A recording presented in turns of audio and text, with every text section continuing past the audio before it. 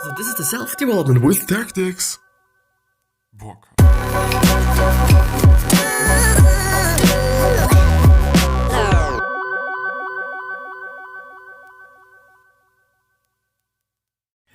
Money.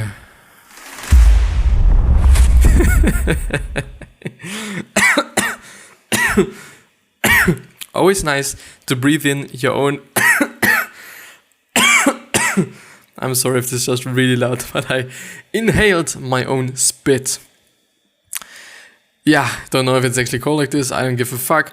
But we are going ahead with money. We are not actually going ahead with money, but we are talking about money today, which is amazing. I like money, even though I believe money is not the best thing there is in the world.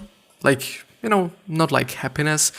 But yeah, we are talking about another Inc.com article just because yesterday's one, which was about building an empire or hotel and resort empire, which was actually a success story of one person, and he was building and now has a $3 billion company, which is amazing, which is amazingly good, which is great. I liked it. Especially to just then see also the story behind the whole kind of, well, not really the building part, but just his story. Basically, how he just came up with the idea, how he came up with the name, what he did just before having a company, and whatsoever. Really amazing story, really interesting story. I would totally suggest you to listen to it if you're on a podcast or if you want to listen it to as a podcast or watch the video episode or the video version of it on the YouTube channel. Yeah. All the links should be down in the description, all the necessary and most important links. But as you can see here on the left side, we are going through the 9 super successful entrepreneurs on the money rules they live by article from the Inc.com website. I guess it is amazing just because it is incredibly interesting to see what they're doing. Maybe they're doing just something incredibly obvious that I am not somehow thinking about. Could be the case. I do not know. It could really be the case. And this is actually from the personal capital section, as you can see here on top of the headline, actually, as a small little, well, it's actually relatively big blue box with white font. It's gonna be just some sliding action here. Something I always hate. Something I honestly always hate. I hate sliding websites where you do just have to slide through the whole things, especially also because I do just now have to change up things. Because when I click into this certain window, then somehow everything kind of changes up in terms of the alignment on my on the recording, which is relatively funny, and I don't know why, but I think I'll just go ahead with it. Yeah, I think it is okay. I hope it is okay for you. Yeah, it should be. So this article is by Anna Hensel at AHHENSEL on Twitter, if you want to tweet her. So yeah, please limit word count to 250 characters. What the fuck? Why? Do you see the pop-up? Yeah, you can see the pop-up window. I don't know why. I'm not typing in anything, but yeah. So pearls of wisdom. When Inc. asked 22 founders to share their favorite piece of financial advice, many said the best lessons about spending and saving money came long before they started their company. Here are the best tips from the list that anyone can learn from. Yeah. I'm honestly really heavily interested in these things,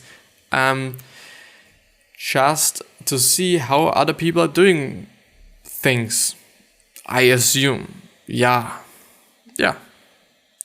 Build up your budget. When Bobby Brown first started working, she found saving money to be a struggle. Her dad's advice: don't waste your time trying to stick to a budget. Figure out how to make more money. She did just that in 1991 by launching her namesake company. Bobby Brown. I don't know Bobby Brown actually. Maybe you know, maybe she's just a really incredibly famous person, but I don't know her. I'm really sorry. The thing is, I really do not by the sake of something believe in that. I really don't. I really have to say that this is, I think, not really good advice. I still believe, for some people it is okay. Like, the thing is, some people are good at making money. Some people are good at saving money, and some people are good at neither of those two things, which is a shame. And I do believe that at least the saving part and budgeting part is definitely something you can learn. If you're willing to learn it, most of the people then are not just really willing to learn them, which is, well, okay. I suggest you to do so. I suggest you to quite live on a budget and do not spend your money on bullshit, especially. But if you be like, okay, I want to buy this shit, I want to buy that shit and whatsoever, go do it. I don't care, actually. The thing is, I want you to be happy. And I do believe that if you do not have the money for things that actually matter, might it be just like a vacation. You're really feeling like going on a vacation just because you're so burned out, but you do not have the money for it. This must just really feel fucked up. This must just really be a fucked up situation. Therefore, I gotta have to say, just spend your money on things that really matter and that really make sense to spend your money on. So, the next thing is, there's always a blank. No, it is not. It is not. Set a goal, any goal.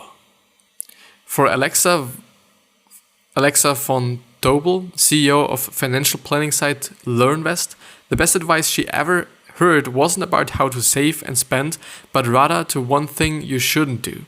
Her mom told her, not having a financial plan is a plan, is just a really bad one. So the thing is, I don't know where the advice is. Where the fuck is the advice? Well, do they actually talk about advice? No, it is just rules. Well, there is no advice, but it is definitely like a rule. Like, yeah, it's fine. I guess it is okay not having a plan. But something that Warren Buffett said, and something that Tom Bilyeu, the founder of, or the co-founder actually of Quest, so Quest bars, the nutritional company, he said, or he tweeted a quote from Warren Buffett actually, and he said, an idiot with a plan can surpass a genius without a plan. Something like this, might not be the exact same words, but it definitely is the exact same meaning. And the funny thing was, I just went to the shower when I just saw the notification popping up, and I've read the little quote, and I was like, yeah, it makes sense. Of course, if you're a genius, it's okay. But the thing is, if you don't know where you're going to, and if you have no plan where you're willing to go to, of course, you're not gonna just get anywhere. Like, it's really not possible. It is possible, but I think with a plan, you can somehow ensure that you're gonna get to your goal somehow. Like, even though, if you have a plan, but the plan is relatively bad and fucked up and shitty, not good. Just not good. But yeah, I assume you do have a really good plan. I at least hope you have a good plan. Never ruin your credit. This one is from Diamond Johnson, isn't it? No, it's Damon. It's Damon John. I always thought he was called Diamond John just because I think of his earrings that are, I think they're actually diamonds. I'm not really sure. But the funny thing is that you can see, actually, if I can point it out, I don't know if I can. I truly and surely can, but if it makes sense, I don't know. But there you can see. I hope you can see his earrings. They totally are diamonds. Like, I don't know if he actually also thinks about him as just Diamond John or Johnson. I somehow believe that there was actually a cover with him, actually a pretty nice cover, and he was called Diamond Johnson. Or it was actually Damon, I just misread it. It could also be the case. But the thing is, he's having a ring, and he's having his jewelry, and also his earrings. But the other things that he's wearing, like his sweater and the other thing that I don't know what it is called, they quite look pretty normal. Like, the jewelry, of course, is a little bit well, I don't want to say overdone, but you can see, okay, it is pricey. The other things are like, okay, he's just wearing normal stuff, which is something, at my point of view, you can often see when you're just having a look at relatively rich people. Often it is actually the case that they are not really wearing just so much expensive shit. Like, of course, they're gonna have maybe a car or something, a relatively expensive car. It there totally also depends on the person, obviously. But the thing is, like, often you can see they are not spending their money on just clothing. Not often. Like, of course, if you have a look at, I don't know, rappers in general, like all of them, they gotta wear just pretty fancy shit. It is what it is. And, athletes as well. But let's actually see what Damon Johnson says. So never ruin your credit. When Shark Tank investor Damon Johnson was 18, his mother took him to get a credit card and warned him to never fall behind on his payments because the world lives on a credit system. Well, actually a pretty good advice this time. Really good advice. And I would suggest so as well. There's always just some kind of this is Mark Cuban, and he says, better yet, avoid credit. So John's fellow Shark Tank judge, Mark Cuban, said that the best advice he ever got was from his dad, who told him to avoid relying on a piece of plastic. The thing is, I think the whole money system and how we use money is going to change in terms of, okay, there is maybe not going to be any just pieces of money, so like anything but credit cards and debit cards and whatever it is. So just like normal money. I don't know how to say it, but just normal money. I really guess so. And if I know correctly, I think Norway or Sweden, but I think it is more Norway. No, it is Sweden, is it? In Sweden, you relatively rarely buy things with quite normal money, but rather with a credit card or something. It's pretty good in terms of the environment and all these things, because of course we gotta have to print those shitty ass fuckers, and also because maybe it is safer.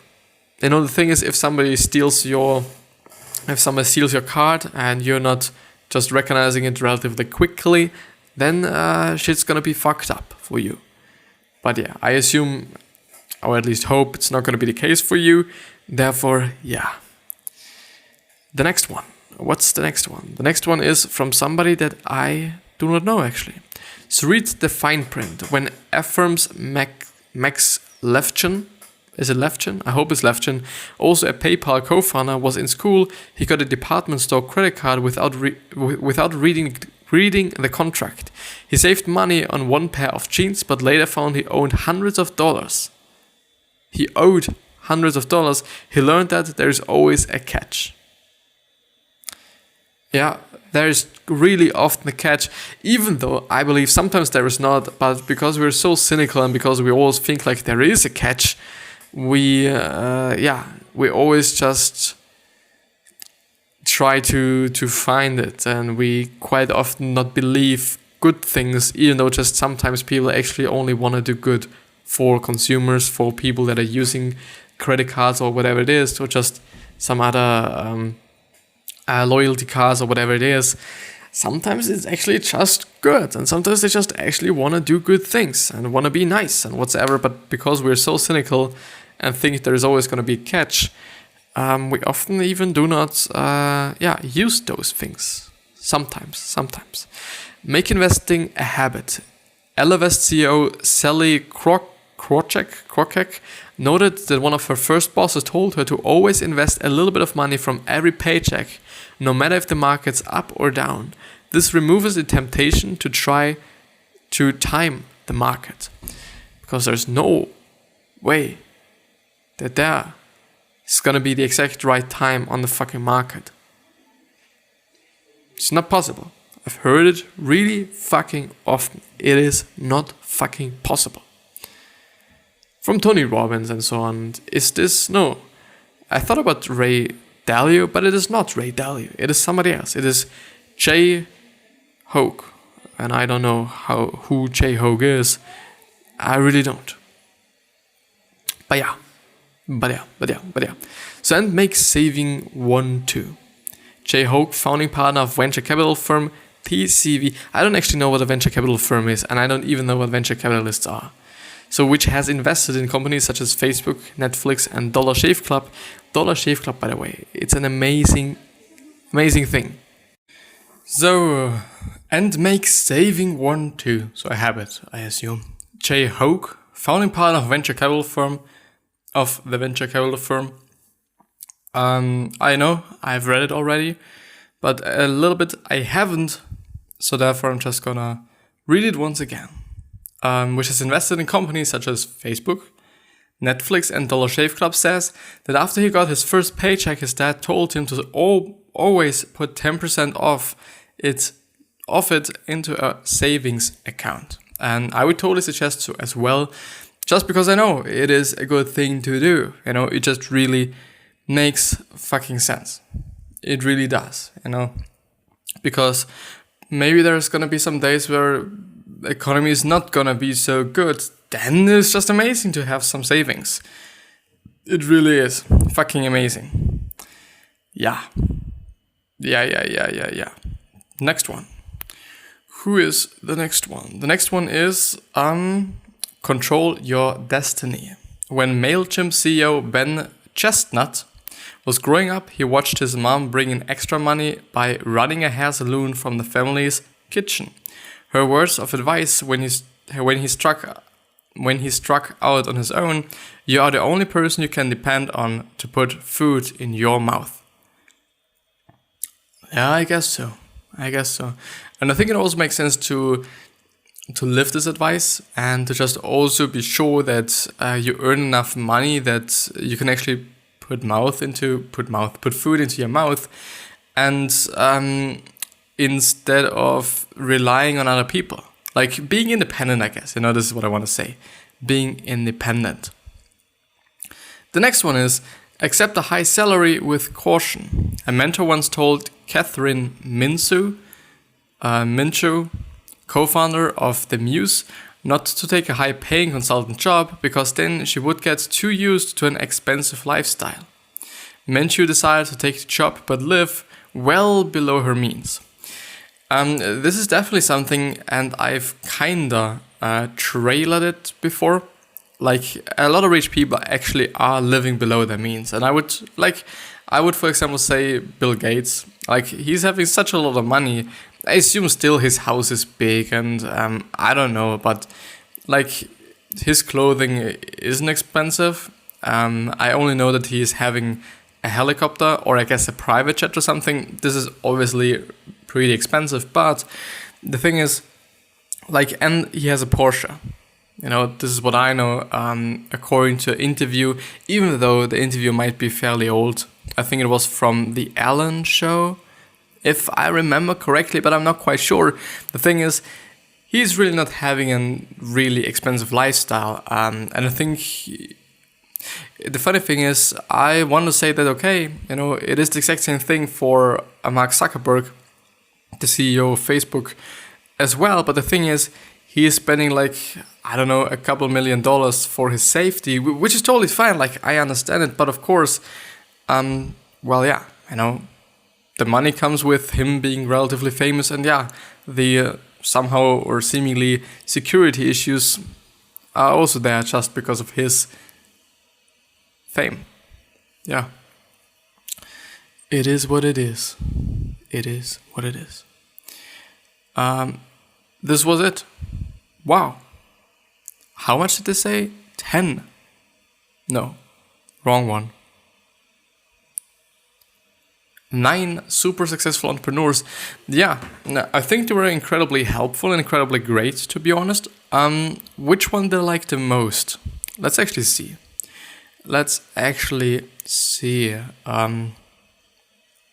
I think probably the saving one. Yeah, because I like saving. Actually, you know, I'm saving quite a lot myself, even though it is a habit, or it got a habit fairly late, to be honest. I've started really late. I do not have a lot of savings. I think the only savings that I'm having is like, at least what I consider are my savings is 1K that I've been saving over the past year actually.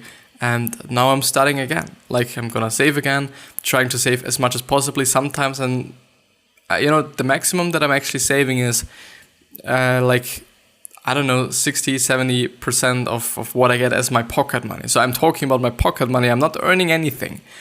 To really be truthful, to really be fucking frank, I'm not earning anything at the time.